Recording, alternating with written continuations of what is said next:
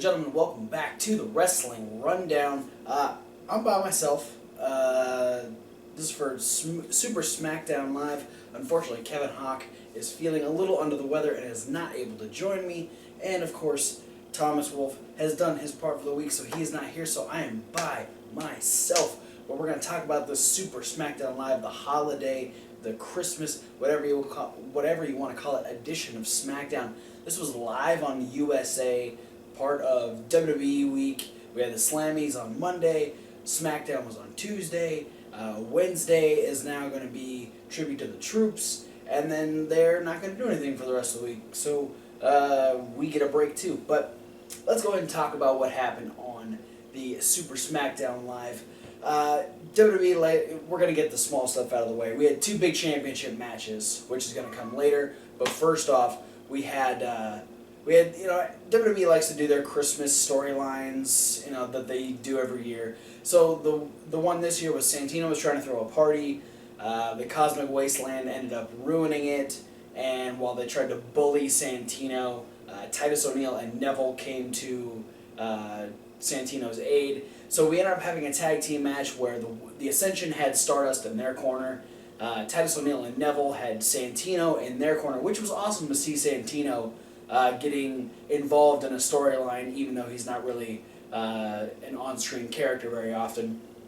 This was kind of a throwaway match, though, because the Ascension is going to lose, because it was like, if the Ascension wins, then Christmas is canceled, blah, blah, blah.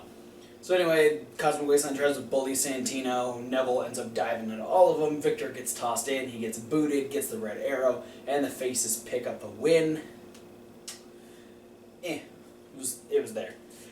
Okay, so then we had an 8-man tag team match. We had the entire Wyatt family taking on the Dudley Boys. Once again, I know Thomas Wolf is probably going to have an issue with that because, like he said on Raw, the Dudleys just keep coming back. And this time they had Kane, who teamed up with them on Monday. And instead of Tommy Dreamer, they had Ryback. They were still unable to pick up a win over the Wyatt family. This was fun, though. There was a lot of good stuff in this. The crowd really into the idea of seeing Kane versus Braun Strowman. Eric Rowan, towards the end, ended up just blasting Ryback over the barricade. Kane disappeared. He did a clothesline over the top rope with Braun Strowman and just vanished. But Devon tries to do the What's Up with Bubba.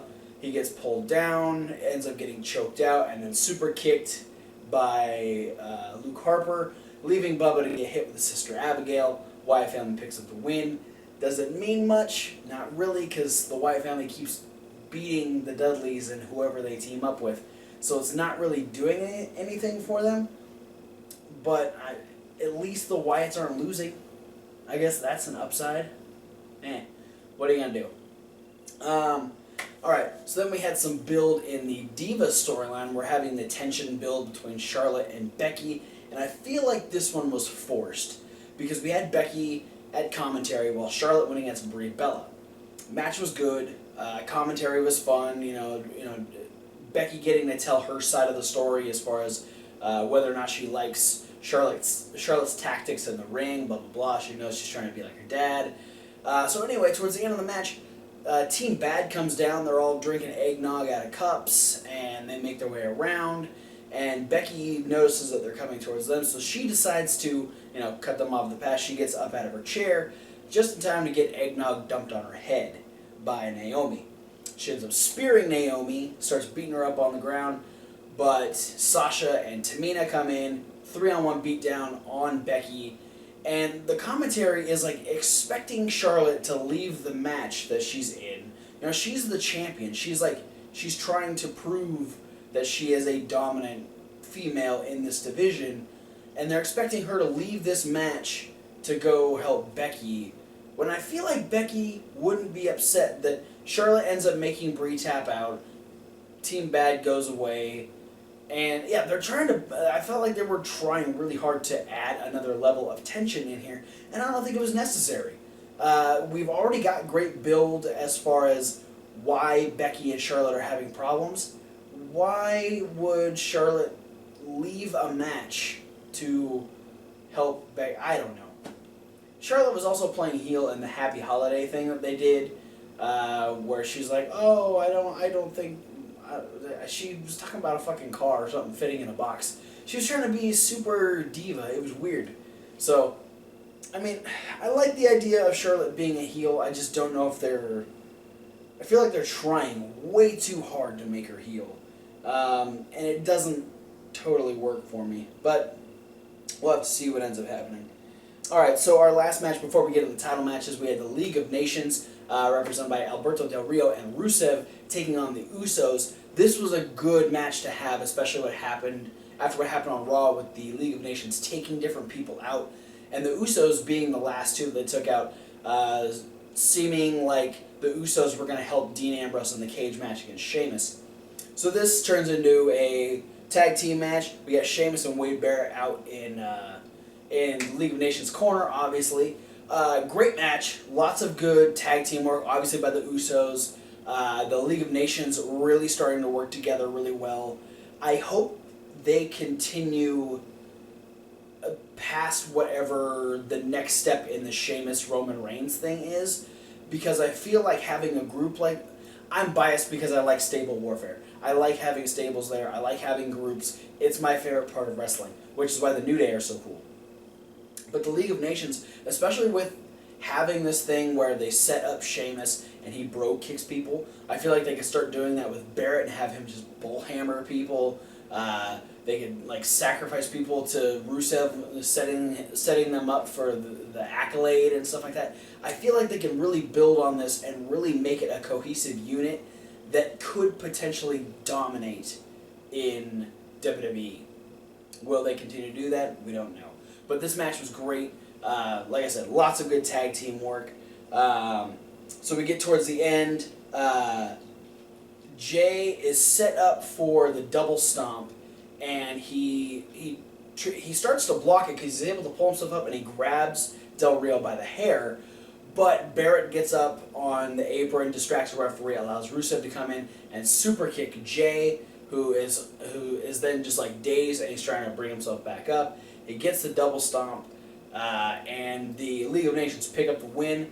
We start to get that gang beatdown that we've seen the League of Nations do, especially on Raw.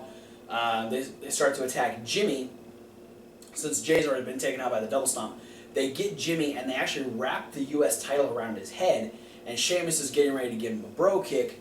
Roman Reigns makes the save. He ends up pulling Sheamus out of the ring, knocks down Sheamus, and then you got Del Rio comes around. He ends up getting a Superman punch.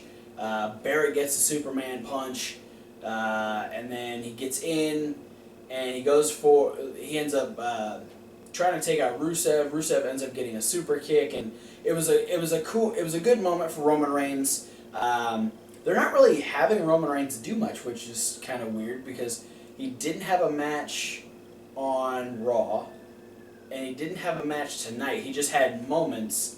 So I don't know. I feel like It's okay. It's not a bad thing. I like that Roman Reigns is still getting these moments, and he doesn't necessarily need matches to put himself over.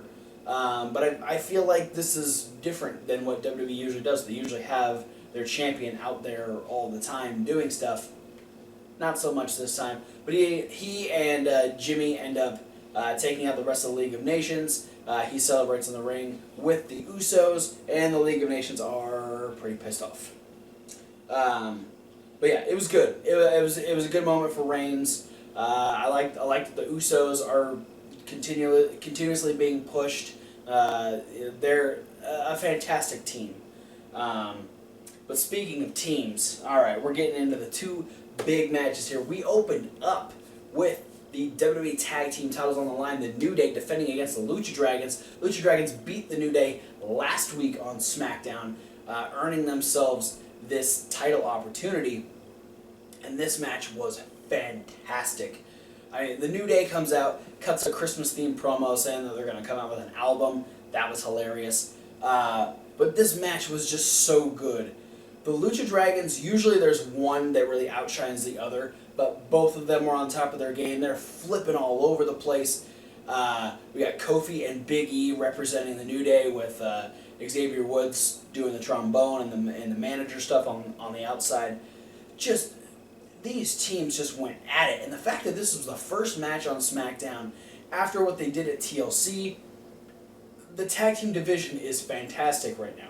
They're doing so many good things, and like I was just saying, the Usos getting a push in a bigger storyline, all great things.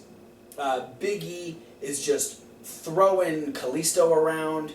He slams him into the pole. He ends up throwing him into Sin Cara. Sin Cara is able to tag in. He gets a really good hot tag spot. Lucha Dragons are looking good. They end up going for a double dive on the outside. Sin Cara botched it a little bit.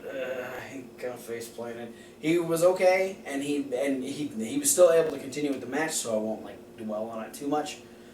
But yeah, so okay, I gotta read these notes because this is where it starts to get crazy. So after the double dive, they toss Big E back in, and Kalisto hits a springboard crossbody, goes for the pin, but the referee is distracted by Xavier Woods. Kalisto gets up, tries to swipe at Xavier Woods, who jumps back down. Then Kalisto goes back at Big E. Big E actually ends up shoving Kalisto into Sin Cara. Sin Cara makes the tag. Then we get Selena Del Sol. Sin Cara goes up for the Swanton. Kofi gets up. Kalisto takes out Kofi. And while Kalisto's taking out Kofi, Woods is back up on the other apron, tries to hit Sin Cara with the trombone. He ends up dodging the trombone, knocks down Woods, ducks a clothesline from Big E, goes for a springboard moonsault, gets caught with a big ending, and the New Day retains the tag team titles. An unbelievably flawless end. It was so good. I appreciated this match from beginning to end. They had a great build. Everyone got to work with everyone. They had a great exchange at the beginning. Great stuff all the way through. I love the fact that the Lucha Dragons are getting a push. The New Day are like one of the best things on the roster. This match was a great way to open SmackDown, but it ended just as well. We had a triple threat match. Dean Ambrose defending the Intercontinental Championship against Dolph Ziggler and Kevin Owens. Right off the bat, just great chemistry, working off of each other, using each other's moves to set up for other things. I've got a list of spots that I thought were great. So they end up going up to the stage where we've got like a Christmas setup. There's presents and Christmas trees, and it's snowing and all kinds of stuff. Dolph Ziggler ends up getting hurled into the stage setup.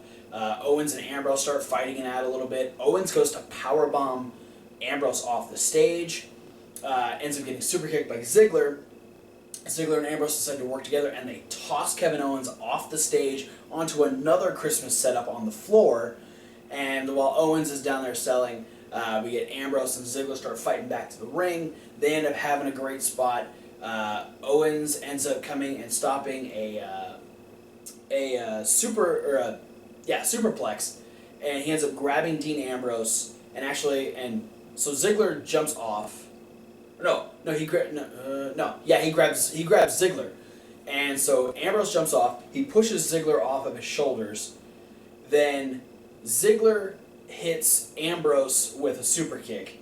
And while Ambrose is doing the rebound, Ziggler gets hit with a super kick by Owens, and then Owens ends up getting the rebound clothesline by Ambrose. Fantastic combination right there. We had Dolph Ziggler had Kevin Owens in... Kevin Owens, I believe, was going for like his jump-up moonsault, because he had already knocked down Dean Ambrose, but Ziggler jumped on his back, had the sleeper hold on him. He ended up doing a senton onto Dean Ambrose with Dolph Ziggler on his back. Later, not too long after that, then it's Owens and Ambrose are fighting. Owens ends up giving a half Nelson suplex that drops Dean on his head, and the replays are just gnarly. Commentators are freaking out. The referee's trying to make sure everything's all right. Owens ends up biting some. This was brilliant because no one was really sure if Dean Ambrose was okay because they kept showing the replay, so obviously there was something wrong.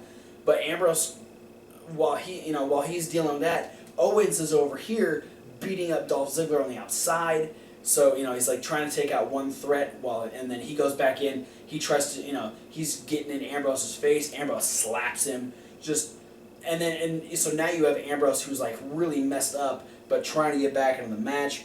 And then we get, oh God. Okay, so then Ambrose ends up, Owens sets up for the pop-up powerbomb. Ambrose is able to reverse it, goes for Dirty Deeds, but when he's setting up for Dirty Deeds, he gets hit with the zigzag. So you get the zigzag on Ambrose, the Dirty Deeds on Owens, Ziggler's down. Fantastic stuff. We have Ambrose finally win the match. Ziggler goes for a super kick on Ambrose, which is blocked. Ziggler goes for a go behind, and Ambrose ends up running at the ropes. We get Ziggler back rolling off of him while Owens is trying to get in the ring. Ziggler decides to kick Owens, knock him out of the ring, and Ambrose is able to hit Ziggler with the Dirty Deeds to retain the Intercontinental Championship. He's messed up, but he's celebrating. He's good to go. Apparently, they didn't show it, but the commentators were saying that Kevin Owens was back up on the stage just destroying Christmas trees and presents and stuff. This SmackDown, with the exception of the throwaway Christmas storyline, was better than the Slammy edition of Raw. Straight up. Absolutely better. Unfortunately, I had to watch it by myself, so we'll have to see. Maybe we'll get, Kevin Hawk may be back tomorrow for the midweek wrap-up when we talk about the fallout from NXT TakeOver. Maybe we can get Thomas Wolfe's 2 cents about it next week. But for now, that is it for Super Smackdown Live Rundown. That's weird to say. Thanks for watching. Be sure to like, favorite, subscribe, and click all those links down in the description because we got Facebook, we got Twitters, we got Tumblr, we got Instagram, we got Reddit, we have 2 emails, and we have a podcast. For those of you listening on the podcast, sorry about the podcast from last week. Had a big issue with the internet connection here. All kinds of issues. We apologize. But for those of you listening on the podcast, check out the description as well because there's a link to our YouTube. You can see all the pictures. You can see this cool setup we got here. We got a wrestling ring. We got Roddy. We got The Rock. We got Raven. AJ Styles. There's all kinds of people over here. But you can't see that unless you're watching the videos. And be sure to like those videos. Let's comment down there. What did you guys think about Super Smackdown Live? You can go back to Raw. Let us know what you thought about the Slammies. And speaking about those other videos, check out that playlist, usually on the other side of Kevin Hawk, but it's right here. It's all this stuff here. All the videos we do throughout the week. Right now, there's only the Slammy edition of Raw and the Super Smackdown Live, but coming up next, we will have the midweek wrap-up, followed closely, well, not too closely. A couple days later, we'll be having the Indie News where, man, what are we doing this week? We've got AAW Unstoppable. We have another show. I don't really have any Ring of Honor stuff for a while, but Kevin Hawk has another show. We'll have some results for that, possibly some more news, so check that out. Thanks for watching, and we'll see you. Well, I'll see you. They might see you. We'll see you at whatever video you decide to watch next.